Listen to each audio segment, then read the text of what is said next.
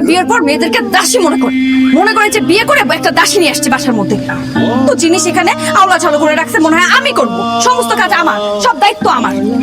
এই যে আসছে আমার শাহিদ, না একটু কাজ করো না, আমাকে একটু সাহায্য করলো তো পারো, তাই না? আর ধরতে হবে না এখন, তোমার এখন ধরতে হবে না, তুমি যাও তোমার কাজে যাও, যাও যেখান থেকে আসো। আবার এই যে বলার সাথে সাথে চলে যাচ্ছ, বলছি আর চলে যাচ্ছ, তুমি একটু বুঝে তো পারো আমার সাথে, তাই না? থাক, বলার পরে ধরতে হবে না, বলার পরে ধরা দরকার নেই, যেখান থেকে আসছো ওখানে চলে যাও, দু চোখ যেদিকে ওখানে চলে যাও, যাও যাও যাও, তাকে আসছো কেন? যাও যাও যাও যাও যাও, দু চোখ যেদিকে যায়। এই তো বলছি আর চলে গেলাম, মানে বলছে রাগ করে বলছে, এটা তো তোমার কিছু যায় আসে না। এই কাপড়গুলো আমার হাতে তুলে দিলে তো হয়, আমার তো থাক থাক থাক থাক, আর তুলতে হবে না তোমার, একটু গুছিয়ে পরে বলবা যে সব তুমি করে ফেলছো, এইটা আমার দরকার নেই, চলে যাও। এই যে চলে যাচ্ছে, আসো এদিকে আসো, এদিকে আসো, এদিকে আসো, এদিকে আসো। এগুলো কি আমি রাখবো? আমার কি আর কোনো কাজ নেই? রাখছি না কি আমি বাসার? সরো নিয়ে আসো এগুলো।